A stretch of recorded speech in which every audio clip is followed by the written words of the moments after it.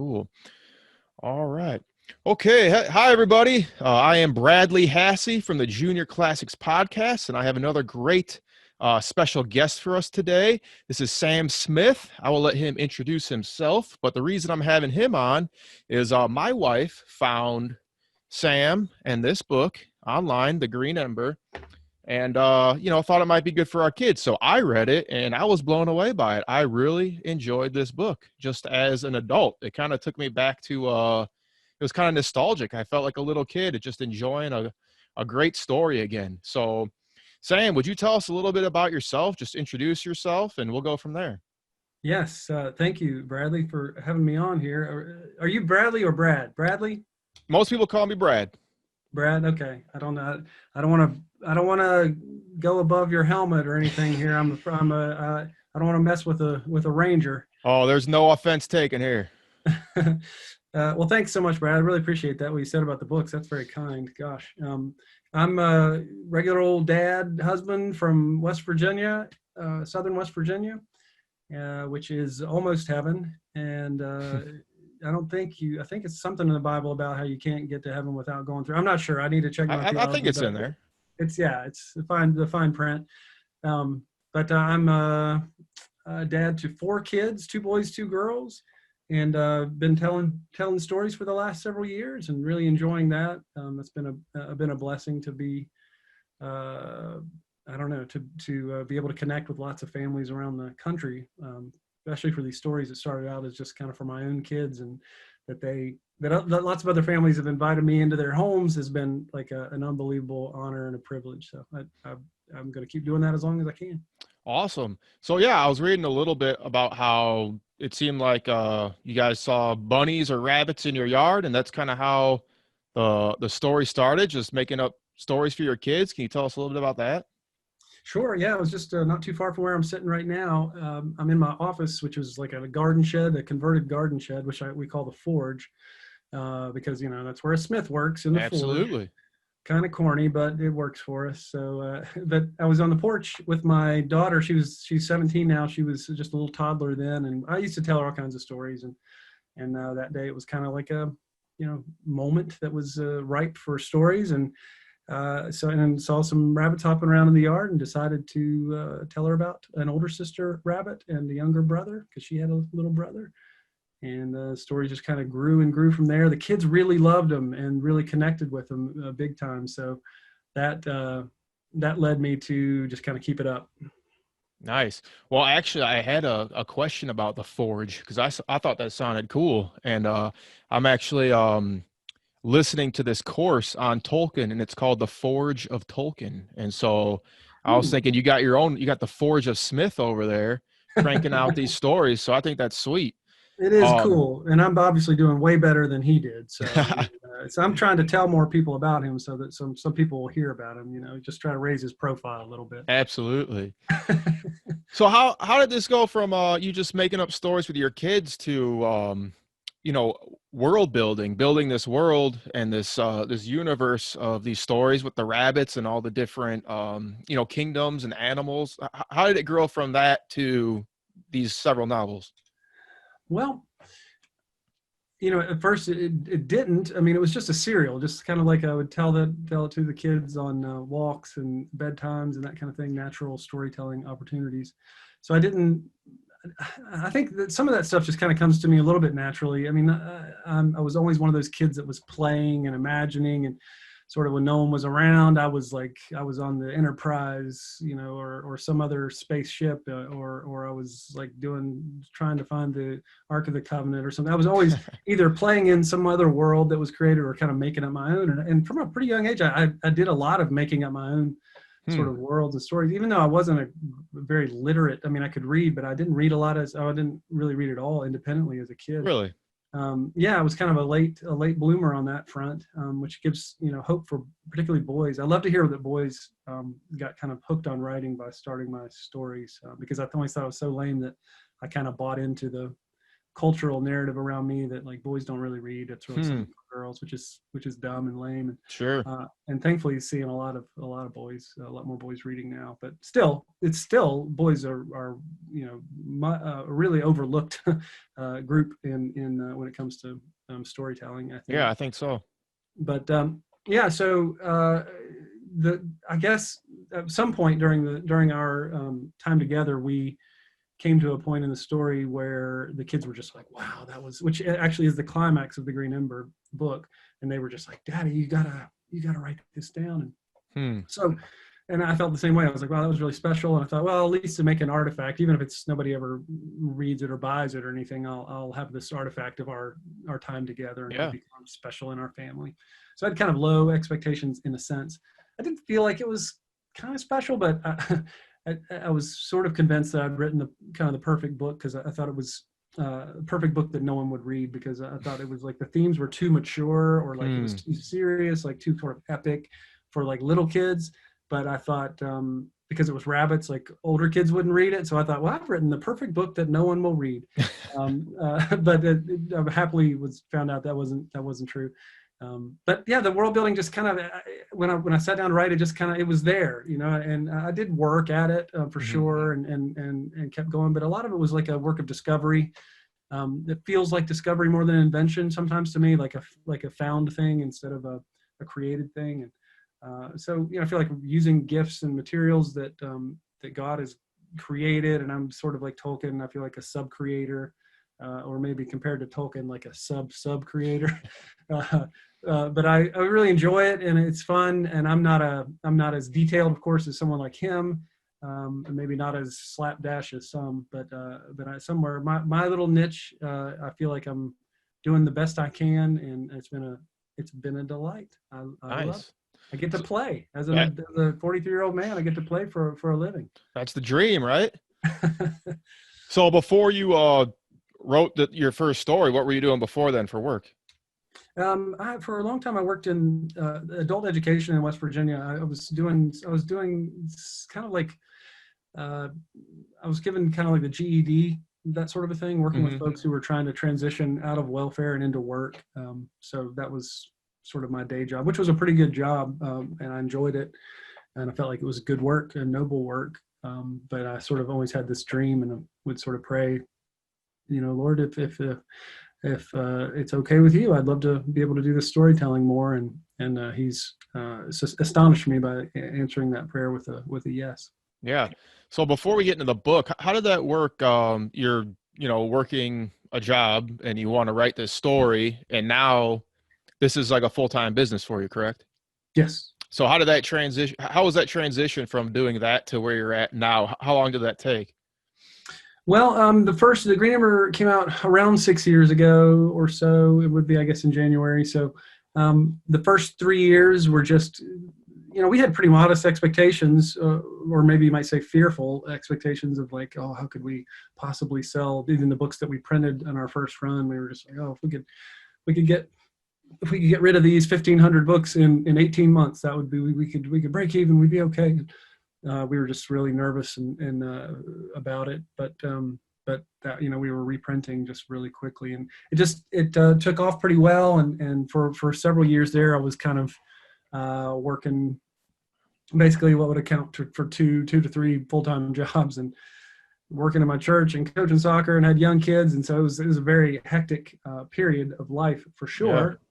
And it was like a lot of other things. When we were pretty conservative. I take my calling to be like a provider, and in my family, like pretty seriously. And sure. I was concerned about that, so I waited. I didn't want to just jump into it without. So I was pretty careful. But it was like a lot of other people expressed, like after we did go, my brother and I left our jobs, and we started working full time about 3 years ago. And it was kind of like, why didn't we do this sooner? That kind of a thing. But I think the timing was fine, and we've enjoyed. And work has certainly filled the newly available space, like it always does. But it's been, it's kind of a pick your poison kind of thing. You're always going to Yeah. work hard if you're going to try to do something that's meaningful. And it's just like, it's been nice to have the challenges that I have to be in this area that I feel so called to. And so I feel grateful to be involved with. Awesome, right on. Well, let's get into the book. Actually, what I meant to say first was, I had my wife showed me your stuff. I read the book, and then, I have my podcast, and somebody was connecting me with somebody at church, and I just told them what I was doing. I was like, yeah, I have this interview with SD Smith coming up, Green Ember books. They're like, we love those books. Like, they were all about it. They're like, we have all of them. And then somebody else I talked to, they're like, yeah, we love those books. And then one of my best friends from the army, I brought it up with him. He's like, oh yeah, we love those books. So apparently everyone hid the secret from me, but our kids are kind of young still. So I think we're not quite at that stage where they're at this reading level. But hey, there's a lot of people that have heard about these books and really love them. I think you So must have just ran into my mom and my cousins and stuff. I think you probably that could have. Well, you know what's fun is I have been blessed. You said you have a friend in the army. Like we've heard a ton from folks in the military who love hmm, these stories, and a lot of families will write and say, which is an awesome blessing to me because as I was sharing with you before, my dad's a veteran, my grandfather's a veteran, and our families we're in West Virginia. There are a lot of veterans here, maybe like more per like for our population than maybe anywhere else, and hmm, at least certainly near the top. And it's a big honor, and to I have so much respect for you guys and what you agree to when you say that I will stand in front of you. You know, when the worst happens, I will be there. And I think that there's no honor, no value that we can place that really repays that commitment enough. And some people are like, well, I didn't fight in a war. And I'm like, you would have, you agreed to, sure. and you signed on the line saying you would. And so that means everything to me as a dad and as the person who values my liberty and values my kids, my family. So grateful to you guys. So we've heard a lot from veterans and veterans families. A lot of wives of folks who are serving will write and say this story helped the kids understand what their dad's doing. Hmm. And that means so much to me because I was Yeah. trying to faithfully represent like the heart of a soldier and talk to my dad a lot. Even some Hmm. of the characters in the books are named after people that he served with, and just to honor them. And so it means a lot to me that folks in the military have been blessed by it, and I certainly want to be faithful about how I'm telling stories. Because the stories for kids, they don't deal with the grittiest and most difficult realities, but I don't I want to honor them by reflecting reality in the stories, telling the truth that people there are glorious aspects of battle, of course, as they're remembered, but most of the time the people in them don't want to be doing it, and it's a sacrifice, and there's fear, and there's. I just wanted to be honored, kind of give kids a picture of some little picture of the reality of how challenging it can be and how noble it can be to lay down your life for people you love. Absolutely. Yeah, some of the things that really stood out to me, like some of the themes, loyalty was in there, the importance of family, um, the family name. I've only read the first book, just so you know. It So goes the downhill from there. It's just oh, get out of here. The family name when that the long shredder name is reconciled at the end, or their name finds some redemption at the end. I was like, man, that is so powerful. Obviously, facing fear, there was a lot of that. Yeah. Being brave, telling the stories of courage. I like how the the brother rabbit, his dad, he referenced, like, I know my dad told us these stories of courage to kind of prepare us for, when we're adults, we have to face this conflict. Mm. And just betrayal in there, pride, again, the boy rabbit having to deal with his pride. Those are all great themes that I think, boys and girls should be exposed to. Mm. Thank you. I appreciate that. And I really like the Starseed game, Oh, how that kind of came full circle at the end of the book. And it was almost like that game chasing after the ribbon in the wind was, that was like preparing them for, the conflict that they would see later. mm. Yeah, uh for sure. It's funny that you're the second person. I did an interview yesterday, and hmm, that person was like totally, like they said their kids were really into the Starseek, and that was like a big.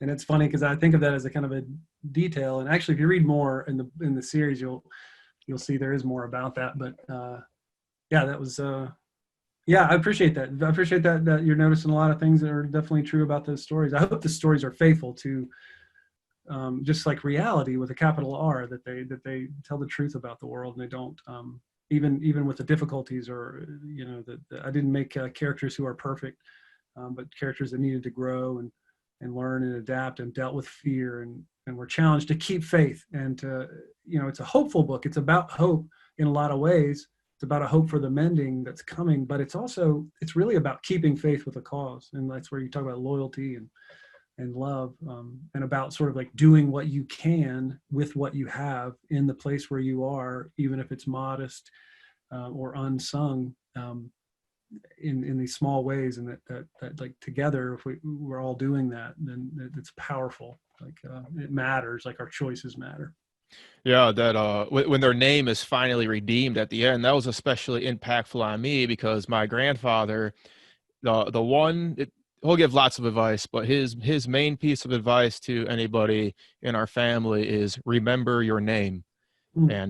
And our last name, everywhere you go, you're representing our family. Mm. And I just thought that was really powerful for me. Oh man, me too. My dad, when he would drop us off as kids, wherever it was, like a football game, basketball game, or school, or sleepover, anything, it was when we got out of the car, the last thing he would say was, don't forget whose boy you are. Mm. And I've always remembered that, and I say that to my kids too. And it's the same kind of thing, like and I didn't take it as in like don't shame us necessarily, but like remember who you are, remember that you belong, remember that you're loved, and don't forget. So yeah, that was a powerful theme of the story to me too, was that I felt that like, our name's a disgrace. And spoiler alert, there's some resolution there. All right, very good. uh, Now, I thought there were some obvious signs of allegory in the story. Was that intentional on your part, or is that something that kind of developed as you started writing? Well, so I would argue that there's no allegory, but I think what Tolkien talked about allegory, and he a lot of people say that C.S. Lewis wrote allegorical stories, but he didn't. He wrote supposal stories. Suppose that Christ came into the world of Narnia as a lion, and it's a little bit different than an allegory. And I sort of take sides with Tolkien, who said that he says, I cordially dislike allegory in all its manifestations, and have ever since I was old enough to detect it, because allegory lies in the purposeful domination of the reader by the author. But what people do is they mistake allegory, and here I'm sort of quoting him still, but imperfectly, but they mistake allegory for application or applicability. And so what I think is true about this story, what I think is true about The Lord of the Rings, and what I think is true about The Green Ember, is that there's a lot of applicability.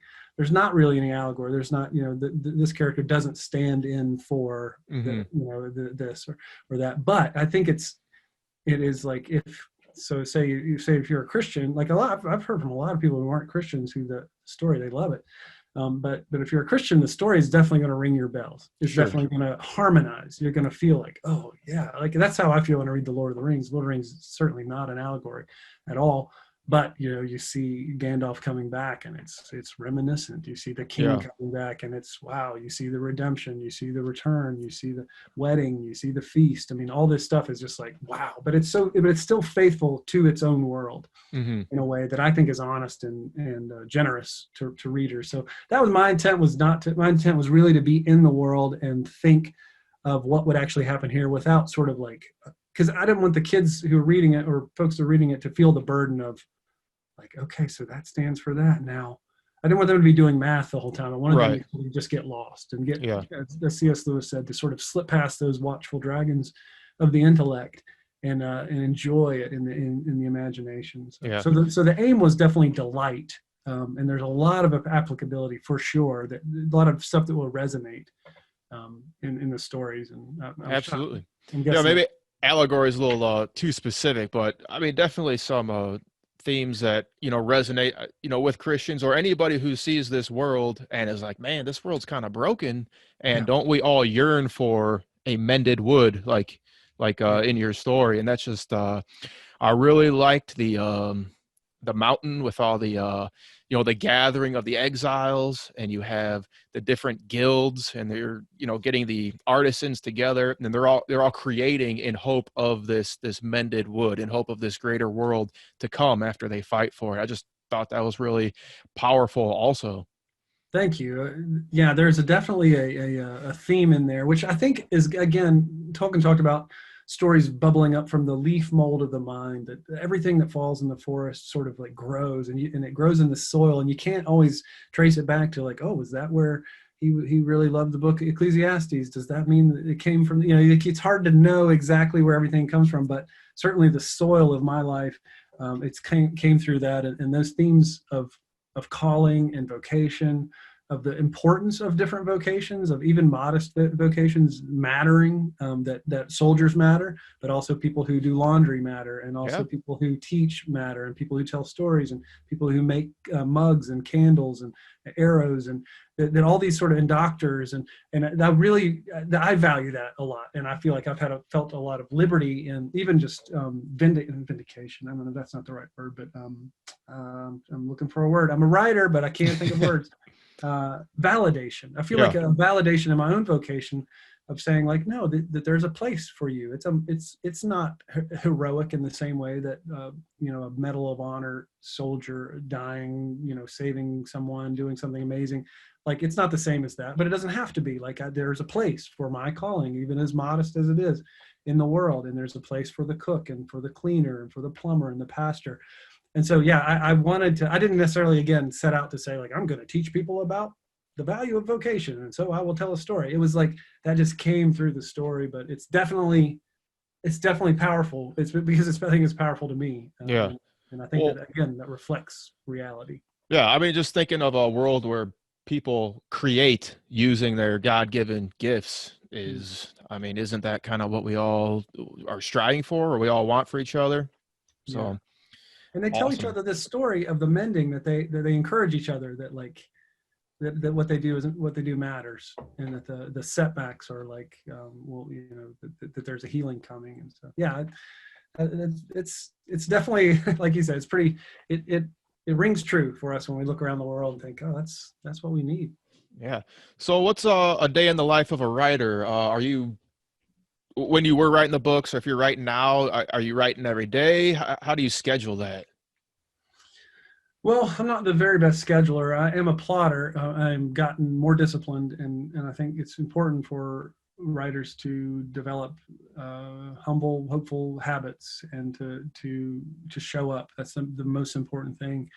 I feel like a lot of creative, so-called creative types, are often very, like, have big dreams, but they also have high standards, and so they feel paralyzed by a lot of perfectionism. And so Hmm. part of the whole, like, struggle is having the humility to show up and work, and not waiting for the muse to hit you perfectly, or that kind of thing, like these sort of myths of creative people who, you know, take illicit substances, and don't sleep well, and don't take care of their body or their mental health at all, and just sort of some amazing stuff pours out of them somehow in these long binges or something. I think that's just a bad picture of like what it's actually like, Right. to show up to a vocation and to say yes to it. And maybe if you are an introspective, creative type of person, then maybe you will struggle with like some of those things a little bit more. Maybe you'll have more tendency towards a depression or anxiety, that kind of thing. But that doesn't mean like, oh, just indulge that so you can be an interesting artist. No, like, take care of yourself, because the stuff you're creating is for other people. Because I believe that the calling of a writer, for me as a Christian, is supposed to be rooted in love and service. That it's not just a kind of about fame or self-expression, and I'm this brilliant special butterfly, and whatever comes out of me, everyone should gather around and listen. No, Right. I'm supposed to serve people. I'm supposed to give them a gift and love them, and to do that, you got to show up, and you got to take. Absolutely. So you sit on your backside all day and write, and that's not good for you. So you got to get up and move, and you got to take care of yourself, and in order to be a generous and hospitable person in your calling. So I try to do that. I preach that to myself, and I try to show up and be faithful and be bold, because the character of Heather in the story is someone I really identify with a lot, Mm. with the timidity and the anxiety, and So showing up and trying to be brave, and being brave for me may mean something a little bit different than some other people's. Some things might be difficult for me that are easy for someone else, and something might be easy for me that's difficult for someone Right. else. But just showing up and trying to be brave in the ways that I can. And yeah, I try to stay disciplined. I try to write every day Hmm. that I can, unless we're getting ready to publish a book, because we kind of do it all ourselves. So a lot I've got to do. I'm more than just a writer. I've got to be an entrepreneur and a marketer, and I've got to kind of do a lot of things.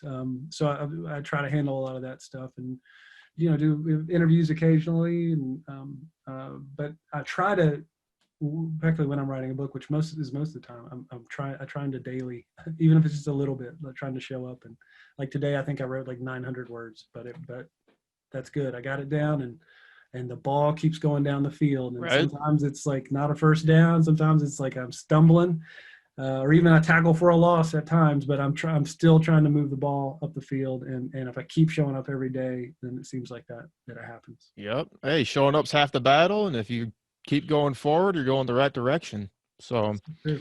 So true. well, one of those young readers I was talking about, he asked me to ask you a couple questions, if that's all right. One of the Sure. ones you already touched on, and he wanted to know, are any of the characters in the book based on real life?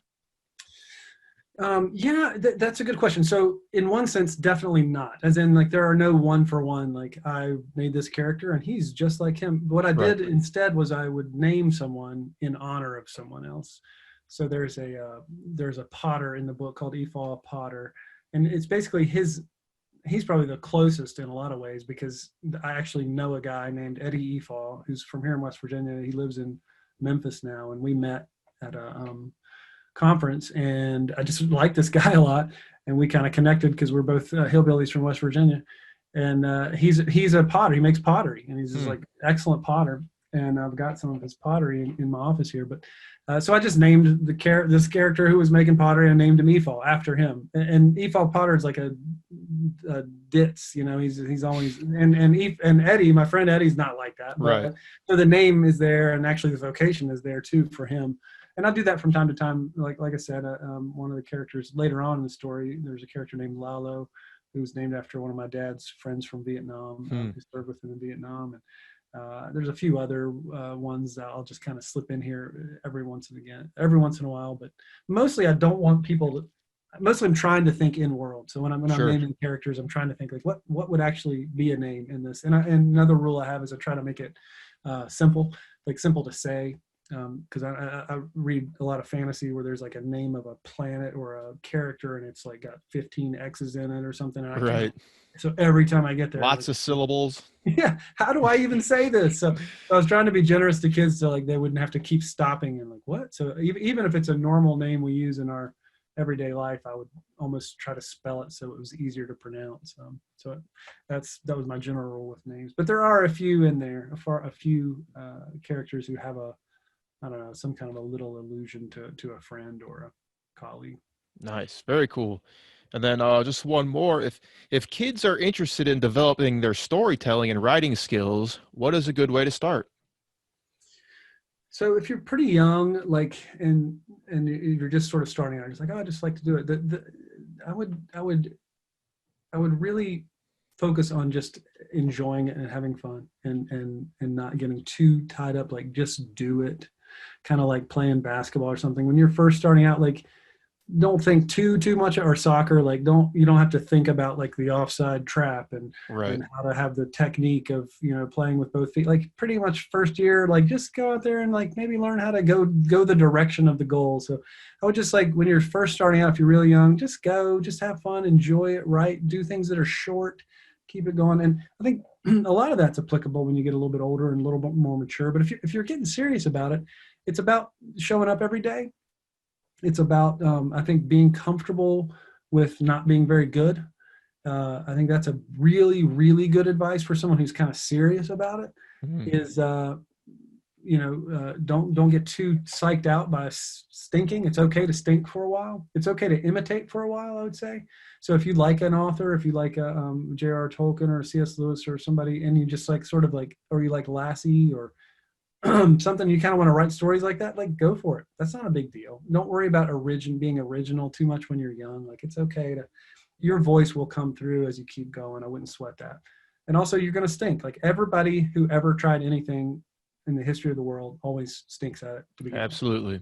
generally. And what happens is we don't like that feeling. So we Right. go out and shoot hoops with people and you never played before and like someone laughs and you're like, well, I'm not good at basketball. And you get to label yourself. I'm not good at that. And you get to quit. I'm not good at math. I'm not good at English. I'm not good at writing. I'm not good at horseback, whatever. But the people who keep doing it, the people who are good at it are people who just kept going. They had Right. humility enough to say like, well, yeah, I'm not good at it, but I'm going to be. And generally most people can be good at most things, pretty good. Talent accounts for a lot less of success than we think. And that's certainly true in writing. If you have a certain amount of talent, it pretty much breaks down into hard work after that, and then a lot of other things. But so don't quit when you stink. Like just stink. It's okay. And you might, what if you're aware of how bad you stink at it, then that actually might be a gift because you might have really good taste. Yeah. And you're like, oh, that's not really up to snuff. Well, how do you know that? You have good taste. Well, keep going and get better and get better. And every writer that you know of that you respect has manuscripts in drawers that are just like, that weren't very good. And you will too if you keep persisting and you don't quit and you show up. And that's why I think that the heart of it, the root of it is so important to get back to. For me as a Christian, if you're in it for fame and self-expression, then, good luck. Right. But if you're in it for love and service, then it's important that you keep showing up. It's important that you say, I'm here and I'm here for someone. And people say, write what you know. I say, write for who you know. And love someone, give them a gift, make it modest. Write a story for your grandmother, write a short story for your grandmother, and do something short that you can write the end on, because it's easy. The population of the town of writers who love to talk about writing, love to look like writers or act like writers or put on some kind of I'm a creative facade, get some kind of a color in the hair or the right messenger bag or something. Right. I want to look like a creative. Like that's easy. Like seeming like something is easy. Being something is hard. So value being over seeming and make something, make for someone and give it to them. And is that modest? Yeah. Is that simple at the beginning? Yeah. Go for it. You're in a different class of writers when you write the end on something. So finish things, try to finish something, make it short. Don't plan out your 7-book epic and keep working on it and you're paralyzed because you actually know that when you write it, then people actually read it and then you get feedback like that wasn't good or I didn't like that part. And that's hard. Oh yeah. That's where we have pride. So show up and have humility and take it, develop a thick skin, keep your soft heart and keep going. But I think it all comes back to, if you think about it as a vocation of love and service, that is a game changer because that invites humility. It invites generosity. It invites hospitality. And it's a different focus than what you'll hear popularly, like this is what an artist is. I would just like ignore a lot of that and try to focus on love and service. Yeah. Well, I love what you just said about thick skin, soft heart. I think I'm gonna take that and I'm gonna use it. That's something I could use. Me too. Me too. What age group do you market the book to?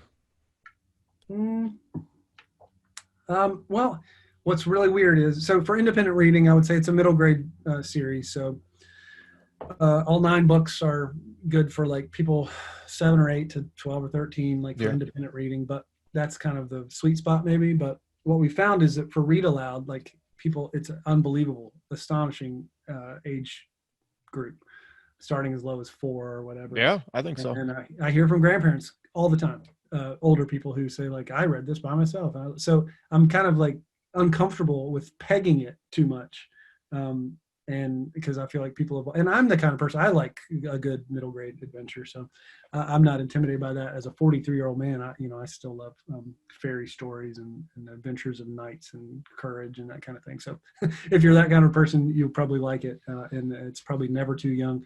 Yeah, it probably is too young to start, like too really early, but 4, 5, 6, you can start to read aloud, and 7, something like that, depending on the kid, would be a good time to start independently. Nice. Well, Sam, I think you have created a wonderful gift here. I'm so glad to have read it. I know a lot of people have been blessed. They've told me. Guys, I have these guests on because what I'm trying to do is inspire children to a love of good reading and what's rooted in what is good, beautiful, and true.